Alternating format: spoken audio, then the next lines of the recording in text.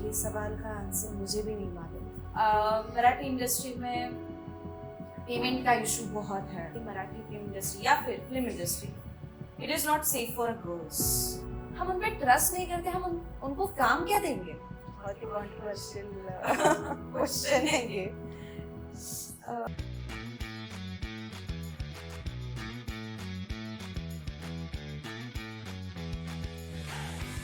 आज एक नया दिन, एक नई पॉडकास्ट और एक नए इंसान।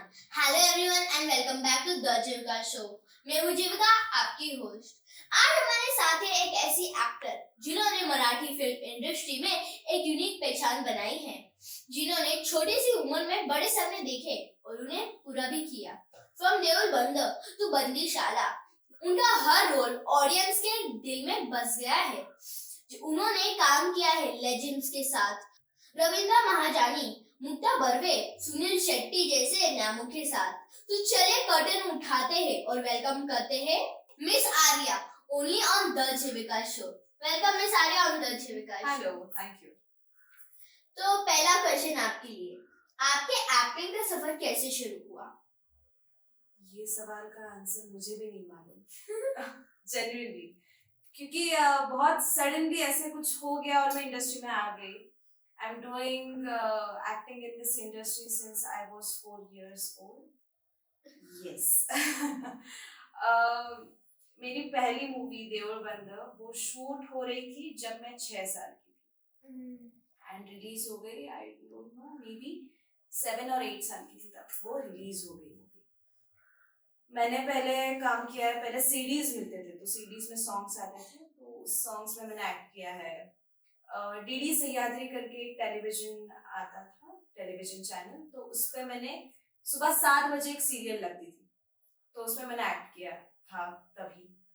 और वो तो बहुत सडन हो गया था, मतलब मैं जहाँ रहती थी तो वहाँ पे वो शूट हो रहा था एंड मेरी मम्मी ने मुझे लेके गई वहाँ पे कि शूट देखने के लिए। मैं तो बहुत छोटी थी तब, और जो आर्टिस्ट आने वाले थे वो आए ही नहीं, कुछ बीमार हो गए या फिर कुछ उनका इंटरनल कुछ इशू था।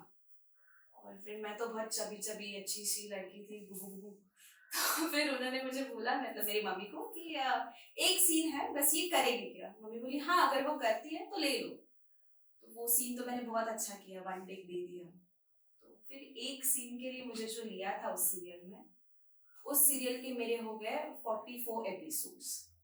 तो वो लाइफ की पहली सीरियल थी मेरी, और ऐसे ही धीरे धीरे जर्नी स्टार्ट हो गई। फिर मेरे को एक लिज्जत पापड़ की एड मिली, उसी डायरेक्टर ने एक मूवी की थी, उसमें प्रवीण तरड़े मेरा मामा का रोल कर रहे थे।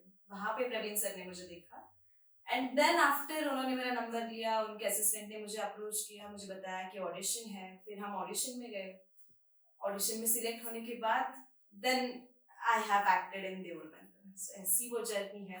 ऐसा एज सच कोई फैमिली बैकग्राउंड या फिर ऐसे कोई फैमिली में नहीं है मेरी जो इंडस्ट्री से बिलोंग करता है।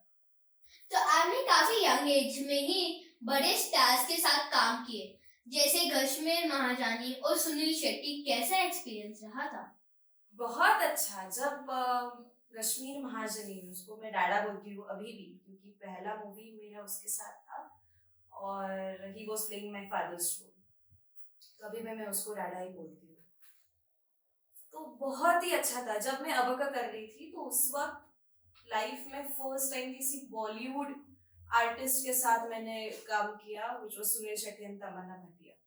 तो तमन्ना भाटिया के जब सीन से तभी मुझे इतना डर नहीं लगा, पर सुनील शेट्टी के जब सीन्स थे तो मैं तो बहुत डर गई थी कि इतने बड़े आर्टिस्ट हैं, कुछ गलत हो जाएगा, चिल्लाएंगे तो कैसा लगेगा पूरी यूनिट के सामने। मुझे वो एक इमेज लग रही थी कि वो स्ट्रिक्ट रहेंगे बहुत, पर ऐसा कुछ नहीं था। वो he is very down to earth, बहुत ही अच्छे, बहुत कार। और स्पेशली जो मुझे उनकी एक स्पेशल चीज लगी, वो मराठी इतनी अच्छी और स्मूथली बोलते हैं। ऐसा लगा अरे कैसे, क्या ऐसे होता था। बट उन्होंने बहुत गाइड किया मुझे ड्यूरिंग द शूट्स, क्या वैसे करो, ऐसे करो, ऐसे करो। हालांकि मैं बहुत छोटी थी उस वक्त भी, पर कभी उन्होंने ऐसे मुझे आरी रावी की भाषा कभी नहीं की। हमेशा उन्होंने आप या फिर तुम ऐसे कभी नहीं बोला, उन्होंने आप ही करके वो सबको बुलाते थे। So that is the quality which I have learn from him. तो देवल बंदा जैसे पावरफुल फिल्म में काम कैसे मिला? थ्रू ऑडिशंस, मतलब एज सच मैंने बोला कि मैंने प्रवीण सर के साथ पहले एक मूवी में काम किया था, तो वो मूवी आई नहीं, बट वो मेरी पहली मूवी थी। और उसके बाद सर ने मुझे वहां देखा, तो मुझे ना देवलबंद का एक डायलॉग है। मैं मेरी मम्मी को बोलती हूँ कि I want your phone and I want to call Anna. तो ऐसे बहुत सिंपल डायलॉग था। मुझे बोला ये बोल के दिखाओ, तो मैंने बोला मुझे थोड़ी ना एक्सेंट पता है, आप बोल के दिखाओ। तो मैं उनपे ऐसे चिल्लाती थी कि आप बोलो ना, मैं करती हूँ, फिर आप जो बोलोगे वैसे मैं करती हूँ। तो फिर उनको बहुत मेरी वो एक चीज अच्छी लगती कि ये डरती नहीं है किसी से। फिर उनके असिस्टेंट ने मेरा नंबर लिया था, मेरी माँ का। फिर मुझे ऑडिशन का पता चला, और ऑडिशन देने के बाद भी 4 राउंड हो गए थे वो ऑडिशन में। उसके बाद में मुझे कोई कॉल कुछ नहीं था। मेरी मम्मी वो नोकिया का वो बटन वाला फोन तभी तक यूज करती थी, तो प्रोफाइल क्या होता है, फोटोज क्या होते हैं, कैसे भेजते हैं डायरेक्टर्स को, कुछ नहीं पता था मुझे। बस एक दिन मुझे फोन आया कि आर्या का सिलेक्शन हो गया और आप डेक्कन में आ जाओ, उनके कॉस्ट्यूम सिलेक्शंस करने हैं। फिर तब पता चला कि मैं देवलबंद में हो गई उसके सिलेक्ट। तो मराठी फिल्म इंडस्ट्री में यंग आर्टिस्ट को क्या चैलेंज फेस करना पड़ता है?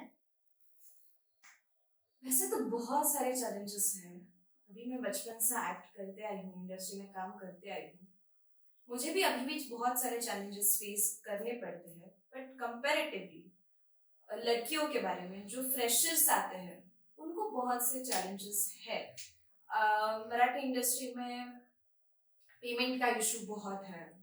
तो वहाँ पे जब फ्रेशर्स आते हैं तो कभी कभी कुछ प्रोडक्शन, सब प्रोडक्शंस नहीं, अभी तक मैंने जिन प्रोडक्शन में काम किया, हालांकि वो सभी बहुत बेहतरीन प्रोडक्शंस थे, by the grace of God मुझे बहुत अच्छे अच्छे प्रोडक्शंस में काम करने का मौका मिला। बट कुछ प्रोडक्शन है इंडस्ट्री में जो अभी नए हैं, अभी अभी स्टार्ट किया है, अभी काम कर रहे हैं, और वहां पे जो फ्रेशर्स ट्राई करते हैं उनको भी कोई एक्सपीरियंस नहीं रहता ना, प्रोडक्शंस वालों को रहता है। तो फिर वहां पे थोड़ा सा पेमेंट का इशू हो जाता है। तो पेमेंट इज थिंग कि आई थिंक ज्यादातर इशू होता है। ऐसे बहुत से चैलेंजेस है, मतलब everywhere you go you have to face a challenge. तो ऐसे नहीं है कि बस इंडस्ट्री में या फिल्म इंडस्ट्री में है, मराठी, हिंदी, टॉलीवुड, कहाँ भी जाओ आपको चैलेंजेस फेस करने ही होते हैं। एज एन आर्टिस्ट एक चैलेंज हमेशा हमारे आर्टिस्ट के ऊपर रहता है, to fit in the character. कुछ कैरेक्टर की रिक्वायरमेंट रहती है कि आप बहुत स्लिम होने चाहिए, कुछ कैरेक्टर की रिक्वायरमेंट रहती है यू शुड बी चबी।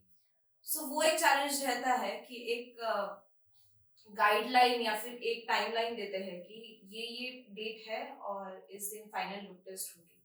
तो वो जब प्रेशर आता है ना, so that is very difficult. यहाँ तक मुझे वेट गेन करना है या फिर यहाँ तक मुझे वेट लूज करना है।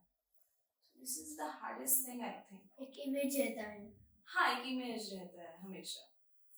तो आपके एक्टिंग करियर में किसने सबसे ज्यादा प्रभावित किया? मेरी माँ ने। ओके।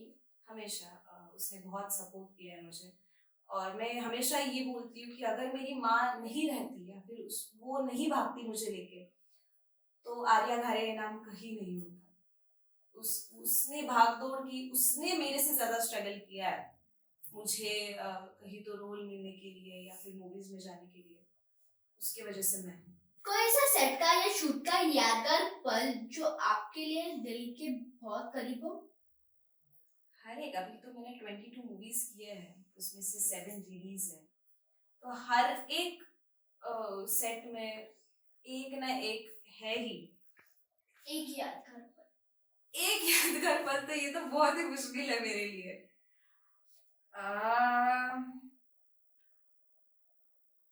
देवलबंद का ही है मोस्ट डिफिकल्ट सीन, जो हर किसी के दिमाग में है। मैं वो लैपटॉप बंद कर देती हूँ और फिर मेरे पापा आके मुझे चिल्लाते हैं। तो मुझे एक्टिंग का ए भी नहीं पता था उस वक्त। जो कुछ आता था, जो कुछ ऐसे टीवी में देख के सीखी थी वही। और प्रवीण सर मेरे गुरु ऑफ एक्टिंग है। उन्होंने मुझे जो सिखाया है वो लाइफ में मुझे किसी ने एक्टिंग के बारे में नहीं सिखाया। तो उस वक्त क्या होता, प्रवीण सर हर एक सीन आने के बाद जिसमें मैं रहती थी, तो मुझे ना एक बार बताते थे कि देखो आपको ऐसे ऐसे करना है, यहाँ पे वो आएगा, आपको ये ऐसा डायलॉग बोलना है, बस खत्म। तो मुझे बोला था कि कुछ नहीं, तुम्हें वो लैपटॉप में बटन्स दबाओ और तुम्हें आएगा, वो थोड़ा सा चिल्लाएगा, बोले थे, थोड़ा सा चिल्लाएगा, तुम्हें कुछ नहीं, सॉरी डाना ऐसे बोलना है, खत्म हो जाएगा सीन। ओके ठीक है। और वैसे तो सबके साथ बहुत ही अच्छा बॉन्ड हो गया था, तो मैं तो किसी से डरती नहीं थी पहले से। मैं गई, बैठी, सीन हो गया चालू, वो आए, कश्मीर दादा ऐसा मुझ पे चिल्लाया, मैं तो सीधा रोने लगी। एंड मतलब वो ऐसे, मुझे लोग है ना कभी कभी कॉम्प्लीमेंट देते हैं कि क्या रोया ऐसे, अच्छा मतलब इतना प्योर और रियल लग रहा था आपका रोना उस सीन में, Because it was real. It was real. तो मुझे ऐसा लगता है मैं सच में रोई हूँ। और उस वक्त मुझे तो वो सीन का कुछ इतना नॉलेज ही नहीं था कि इतना होने वाला है कुछ। मैंने सॉरी डैडा ऐसे किया। कट होने के बाद मैं 4 दिन कश्मीर भैया से बात नहीं कर रही। उन्होंने, तूने चिल्लाया कैसे मेरे पे, मैं बात ही नहीं करने वाली। देन आफ्टर फिर प्रवीण सर आए, कश्मीर भैया बैठे, फिर बोले अरे वो वैसा ही सीन था इसलिए मुझे चिल्लाना पड़ा। और मैं कभी चिल्लाता क्या तुझ पे Popo? He calls me Popo from there, मतलब देवरबंद पे भी अगर आपने अच्छी सी मूवी देखी हो तो उसमें भी वो मुझे पोपो करके बुलाता है। तो वो कुछ ऐसे स्क्रिप्ट में नहीं था मेरा पेट नेम पोपो, पर वो सेट पे ऐसे बोलता था तो प्रवीण सर ने बोला अरे अच्छा नैमन तू सीन में भी बोल दे पोपो इसको। तभी से अभी तक मेरे को पोपो ही बोला था। वो ऐसा है कि मैं कभी भूल नहीं सकती। तो पिछले कुछ सालों में आपने खुद में क्या बदलाव महसूस किया है? बहुत कुछ किया है। मैं पहले बहुत ज्यादा बड़बड़ करती थी, अभी बहुत सोच समझ के बात करती हूँ। पहले मैं किसी से नहीं डरती थी, हालांकि अभी भी नहीं डरती। पर मैं भी बहुत शांत रहने लगी हूँ। मेरी मम्मी बचपन में ना हमेशा मेरे को बोलती थी आर्या, मराठी में बोलती थी आर्या मस्ती नको करू सा, गप बस, शाण्या बाळासारखं वागायचं, नाही तर तुला घरी येऊन दाखवते। तो वो घरी येऊन दाखवते वो जो शब्द था उसमें मैं इतना डरती थी। अभी नहीं बोलती वो बेचारी, पर अभी भी उससे मैं डरती हूँ, मेरी माँ से। और आप बोल रहे थे आप किसी भी डरते नहीं हो। माँ से तो सब कुछ ही डरते हैं। कुछ भी हो जाओ, माँ से तो सब लोग डरते हैं। तो वो एक चीज है कि मैंने खुद को बहुत काम किया है खुद के सोल पे। और एक चीज कि मैं ना बहुत अभी सोच समझ के बात करती हूँ, या फिर मेरी एक आदत थी बहुत कि मैं इजीली फ्रेंडली हो जाती थी, या फिर इजीली सब कुछ है मेरे लाइफ में क्या चल रहा है जान लो, आप भी जान लो, ऐसे करके मैं सब कुछ बोल देती थी। पर अभी मैंने वो थोड़ी चीज कम की है कि नहीं। तो फिलहाल आपके अपकमिंग प्रोजेक्ट्स क्या है जिनका हमें इंतजार होना चाहिए? अभी तक मैंने चाइल्ड आर्टिस्ट के रोल में बहुत से मूवीज की है, बट अभी मैंने एक मूवी की है जिसमें मैं एज अ लीड दिखूंगी, तो वो एक है जिसका आपने इंतजार करना चाहिए। वैसे तो अभी टेलीविजन पे गाथा नवनाथ हंशी या फिर बाळू मामाच्या नावाने सांग भलं, ये 2 सीरियल्स पे मैं एज अ लीड दिखी हूँ, पर इन मूवीज अभी तक तो नहीं हूँ, अभी वो दिखेगा। महिला कलाकार के रूप में आपको क्या लगता है मराठी या इंडियन सिनेमा में अभी क्या बदलाव आ रहा है?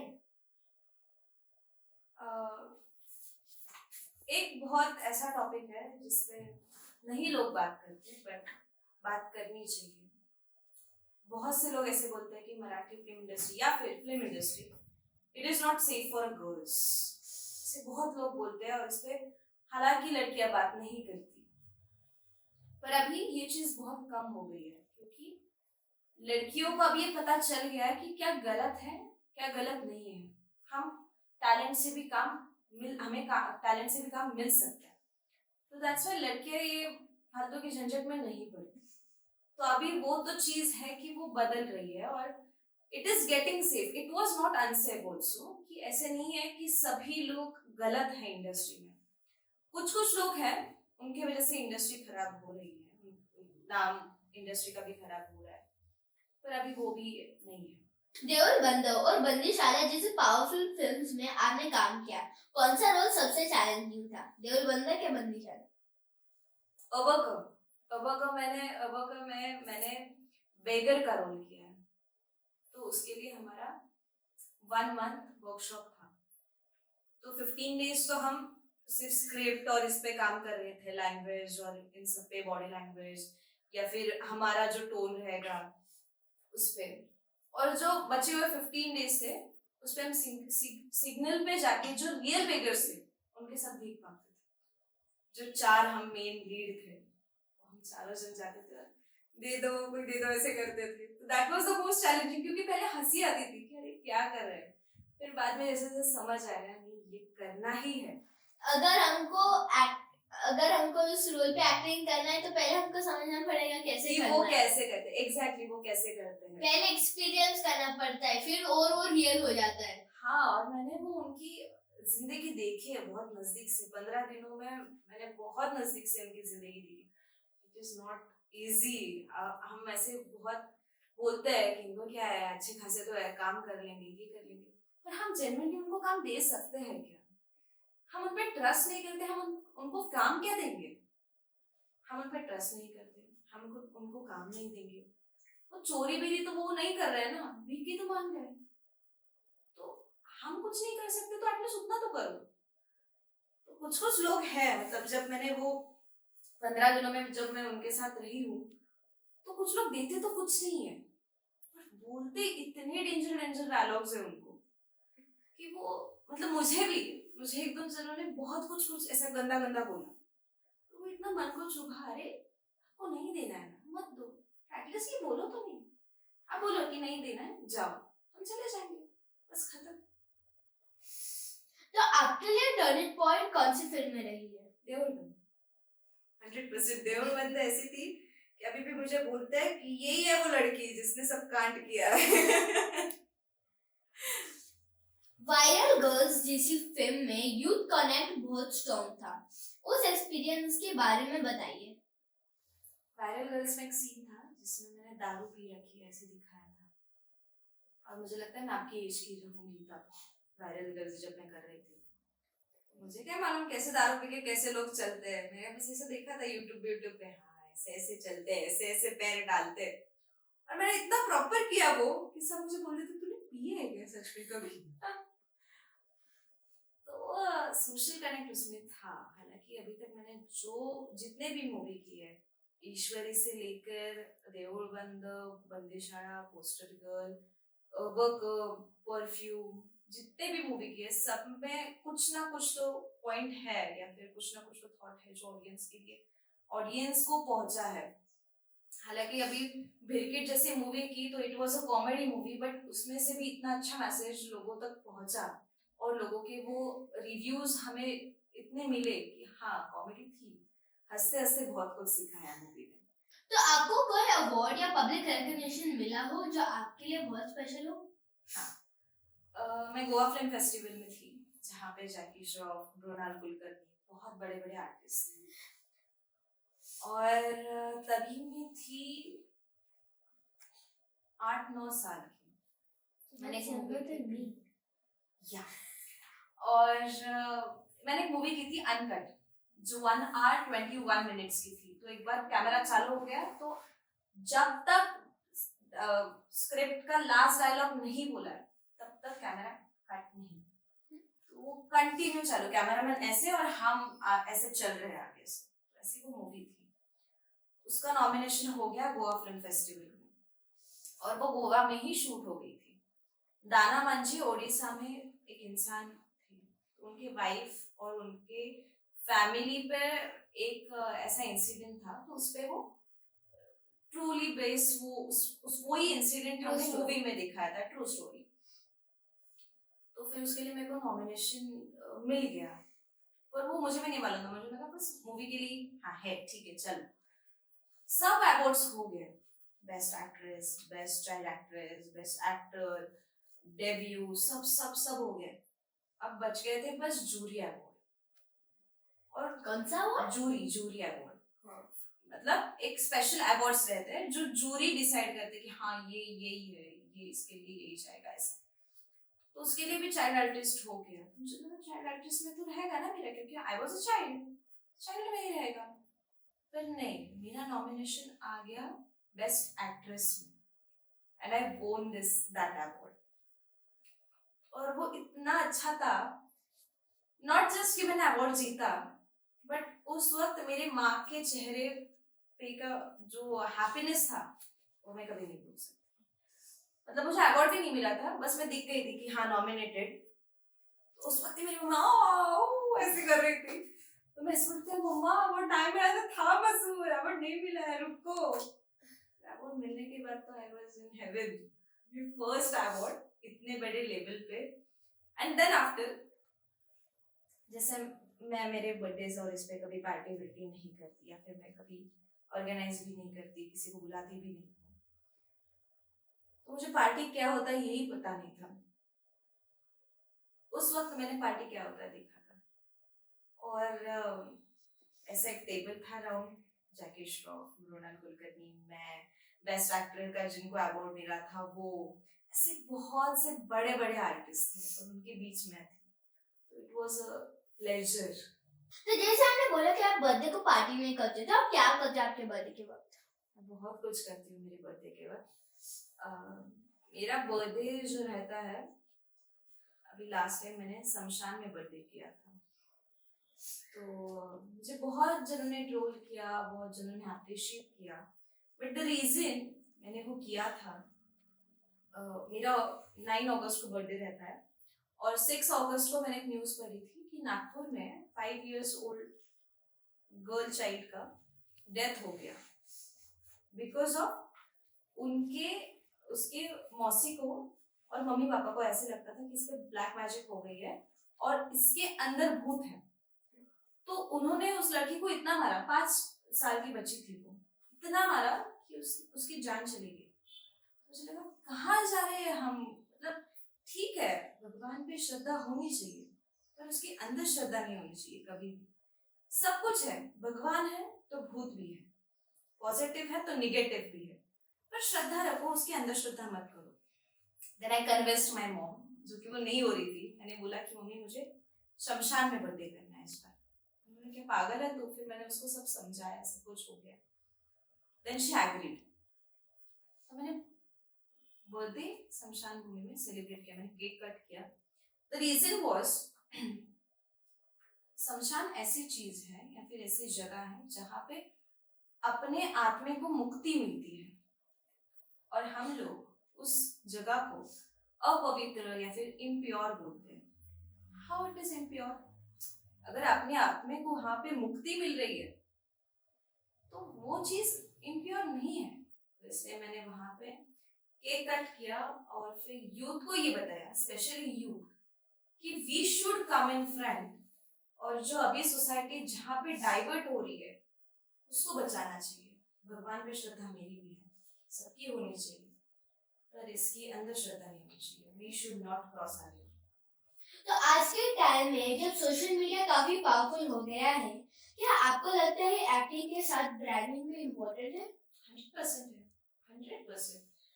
इंडस्ट्री में अगर देखो, अगर पर्टिकुलरली इंडस्ट्री की बात करें, फिल्म इंडस्ट्री की, तो इतनी कंपटीशन हो गई है, we should make our face valuable. और उसके लिए सबसे इम्पोर्टेंट और अभी क्या बोलते हैं इजीएस्ट जो प्लेटफॉर्म रहेगा वो है सोशल मीडिया, क्योंकि कंपटीशन इतनी हो गई है, मूवीज और सीरियल मिलना बहुत मुश्किल हो गया अभी। But the easiest thing is social media, कि उसके इससे हम कर सकते हैं खुद की ब्रांडिंग या फिर फेस वैल्यू अपना बढ़ा सकते हैं। तो ब्रांडिंग, एंड बस ब्रांडिंग मतलब कंटेंट डालो या फिर कुछ तो नाचो, ऐसा नहीं है। We should develop our acting skills, we should develop जो भी स्किल्स आप में है, वी शुड डेवलप इट, और फिर ब्रांडिंग करो। आपको क्या लगता है कि मराठी सिनेमा का फ्यूचर किस डायरेक्शन में जा रहा है? बहुत ही कंट्रोवर्शियल क्वेश्चन है ये। कहीं देखे तो किस जगह पे अच्छी डायरेक्शन में है, पर कहीं देखे तो कहीं कहीं बुरी डायरेक्शन में भी है। क्योंकि अगर हम देखें तो ऐसे नहीं है कि मैं किसी इंसान से नफरत करती हूँ इसलिए मैं ये बोल रही हूँ, पर जो एक्टर नहीं है उनको भी आज प्लेटफॉर्म मिल रहे हैं बहुत अच्छे, जिनमें कोई स्किल्स नहीं है, जिन्होंने बस शो ऑफ करके बस कमा लिया है फेम ने, और उनको मिल रहे हैं। बट जो जेन्युइनली एक्टर है, जिन्होंने अपने स्किल्स पे वर्क किया है, जिन्होंने अपने एक्टिंग पे वर्क किया है, सालों साल काम कर रहे हैं, बहुत से ऑडिशन दे रहे हैं, उनको कोई रिकग्नाइजेशन नहीं है। सो ये चीज है जो मुझे अभी तो ऐसे लगता है कि ये नहीं होना चाहिए। ठीक है, जो लोग हैं वो दूसरे जिन्होंने फेम नेम कमा के वो आ गए हैं टीवी सीरियल्स या फिर मूवीज में, उनको भी काम मिलना चाहिए। ऐसे नहीं है कि किसी से मैं नफरत करती हूँ, बट जो जेन्युइनली आर्टिस्ट है, जो कलाकार है, उनको हमें भूलना नहीं चाहिए। क्या फ्यूचर में टीचिंग, डायरेक्टिंग या वर्कशॉप्स लेना चाहती हो? हाँ जी, जब मैं खुद को उतना काबिल समझूंगी उस दिन मैं जरूर मेरी कला और मेरा ज्ञान लोगों तक पहुंचाऊंगी। ओके, तो जो लोग छोटी जगहों से आते हैं और एक्टिंग का सपना देखते हैं, उनके लिए आपका क्या मैसेज होगा? Keep going. कभी भी ये मत समझना कि अभी फेलियर आ गया है तो आगे भी यही फेलियर आ जाएगा, ऐसे कभी मत समझना। मुझे भी बहुत फेलियर आ गए, बहुत से रिजेक्शंस आ गए आफ्टर देवल बंद ऑल्सो। तो ऐसा नहीं है एक पॉइंट पे आप सक्सेस हो गए हैं, आपको सब जानते हैं, उसके बाद आपको फेलियर नहीं आएगा। फेलियर आते रहता है और उस फेलियर से कुछ ना कुछ सीखने मिलता है, तो उससे सीखो, उसके स्किल डेवलप करो और कभी कोशिश करना मत छोड़ो। तो अब हम छोटा सा रैपिड फायर राउंड करेंगे जहां मैं आपको कुछ क्वेश्चंस पूछूंगी, आपको उसको आंसर करना पड़ेगा 5 सेकंड के टाइम रेंज में। आप रेडी हो? Okay. First question, Gashmeer Mahajani या Mukta Barve most fun co star? Most fun co star Gashmeer Mahajan. Okay, drama या action your comfort genre? sometimes drama sometimes acting, sometimes drama sometimes action. एक बोलना है, एक ड्रामा। ओके, 5 सेकंड का टाइम है छोड़ने से। मेकअप चेयर या rehearsal room favourite spot in set? Rehearsal room. Okay, ये वाला हाँ, चालू होते ही खत्म हो गया ये तो। पिछला वाला चालू हो गया था, टाइम हो गया था। One line you never forget delivering. One line I will never forget delivering. चलो टाइम जा रहा है। ऐसे नहीं यार कुछ। He's starting the clock. नहीं ऐसे कुछ नहीं है। एक लाइन बोल दो। 10 seconds हो गए। I always say my co-artist, be free, we are friends. Okay. हाँ. One word to describe you. Me. Sanskari but also enthusiastic about acting. Yeah, but I can't. I'm mixture of everything. I can't say it in one word. Okay, ठीक है। अगर आप actor नहीं होते तो क्या होते? अगर मैं एक्टर नहीं होती तो मैं क्या होती? मैं पहलवान होती। हैं? हाँ, मैं सच में पहलवान होती, क्योंकि देवड़ बन के पहले जब तक मैंने ऑडिशन या फिर मैं कर रही नहीं थी, तब मम्मी ने मेरे को अखाड़ा में डाला। तो आई मस्ट बी अ पहलवान। बहुत ही अलग है, बट यस। ओके, तो अब हमारा रैपिड फायर खत्म हो गया है। मेरे पास आपके लिए कुछ और क्वेश्चंस हैं। तो आपने इस वाली फिल्म में एक डेफ एंड म्यूट लड़की का कैरेक्टर प्ले किया है, वो एक्सपीरियंस कैसे था? बहुत ही बढ़िया था।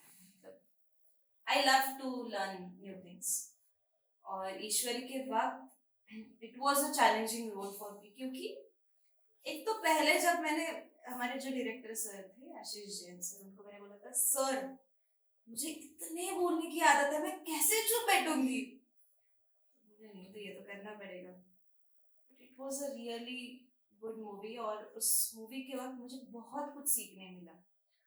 माइक्रो चीजें भी मैंने बहुत अच्छे से सीखी है उस वक्त की। ऐसे नहीं है, उस वक्त जब मैंने वो मूवी जब की ना, तो the one thing I learned the most is ऐसे नहीं है कि हमेशा चीजें आपके फेवर आपके लिए काम करे या फिर आपके फेवर में काम करे, ऐसे कभी नहीं होता। समटाइम्स आपके अपोज में भी चीजें जा सकती है, पर अगर आपका फोकस एक जगह पे हो या फिर आपको ये करना ही है, यू विल डू, कैसे भी कर सकते हो। तो आपको कब फील हुआ कि अब लोग आपको सीरियसली एक एक्टर के रूप में देखने लगे हैं?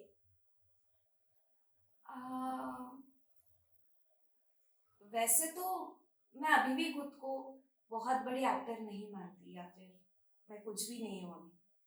और लोग मुझे एज अ कलाकार देखते हैं, नॉट प्रोबेबली एक्टर, कि हाँ अच्छी अच्छी लड़की है, अच्छा काम करती है, शी हैज अ पोटेंशियल। अभी तक तो मुझे लगता है लोग मुझे इसी नजर से देखते हैं।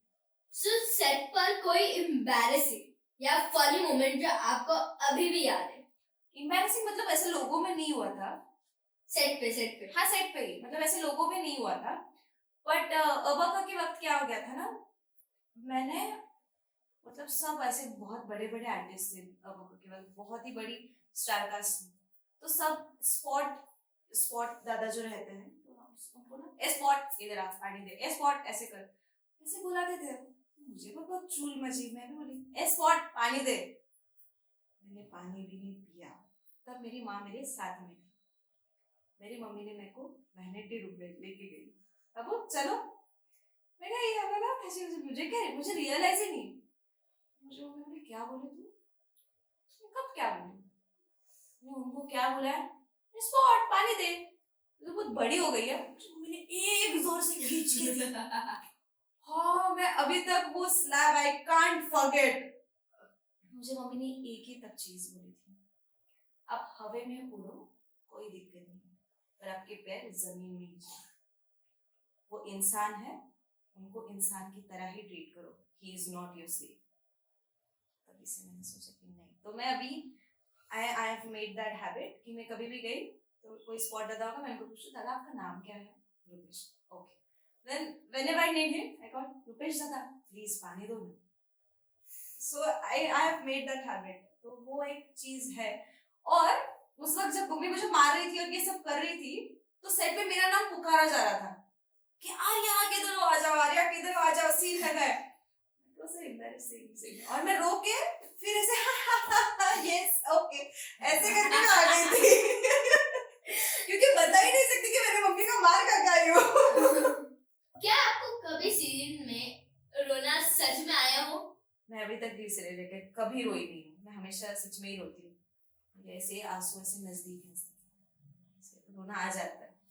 और एक अभी जो मैंने सीरियल की कलर्स मराठी पे बाळूमामाच्या नावाने सांगितलं, तो उसमें 10-15 दिन मेरा बहुत अच्छा सीन था, मतलब हैप्पी नाइस ओके ऐसा था, मैं रोई नहीं थी। और 15 दिन के बाद जो मेरे आगे के जितने भी शूट्स थे मैं बस रो रही थी। एक पॉइंट पे मेरा ऐसे आंख ऐसे सूज गए थे और ऐसे थी मैं मेरे सर को बोलती थी, मेरे डायरेक्टर सर को, सर प्लीज कभी तो मेरे को अच्छे सीन दे दो, आज नहीं रोना है मुझे प्लीज। मुझे सर बोलते थे तू रो, हीरोइन रोएगी तो टीआरपी आएगी तो फिर मुझे बहुत रुलाया उन लोगों ने, बहुत रोती थी।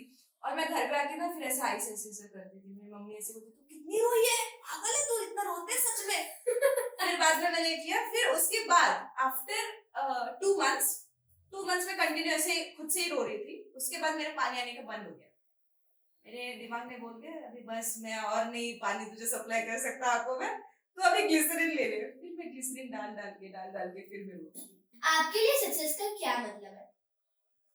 सक्सेस का मतलब जब आपको लोग पहचाने, पर आपको लोग कभी ये ना बोले कि ये बहुत रूड है और इसके अंदर बहुत एटीट्यूड है और ये इंसान बहुत अच्छी है, दैट इज द सक्सेस। लोग पहचाने भी और लोग ये भी ना बोले कि ये बहुत घटिया लड़की है। She is a good person and she is successful, we know her. Okay, वाह क्या एपिसोड था।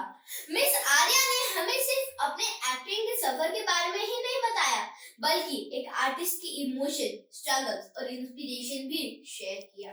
उन्होंने हमें दिखाया कि एक्टिंग सिर्फ एक स्किल नहीं, बल्कि एक दिल से की जाने वाली जर्नी है। Thank you so much miss Arya for being part of the Jeevika show. आपकी ऑनेस्टी और क्लैरिटी ने सच में दिल जीत लिया। Thank you so much, I am glad that I am here और मैंने मेरा जो कुछ मेरे मन में था वो सब कुछ बोल दिया। एंड ऑल्सो मुझे ये बोला था this is the first time किसी बच्चे ने मेरी पॉडकास्ट ले ली है और मुझे चुप कराया। So it was a pleasure to be here और बहुत अच्छा लगा आपसे बात करके। Thank you. तो दोस्तों अगर आपको ये एपिसोड पसंद आया हो तो जरूर शेयर करिए और फॉलो करना मत भूलना द जीविका शो को for more powerful stories from powerful people. मैं हूँ जीविका, मिलूंगी आपसे अगले एपिसोड में। तब तक के लिए सबने देखिए, खुद पे भरोसा रखिए और स्पॉटलाइट से कभी ना डरिए। Again, thank you so much, Miss Arya, for joining me on the Jivika Show.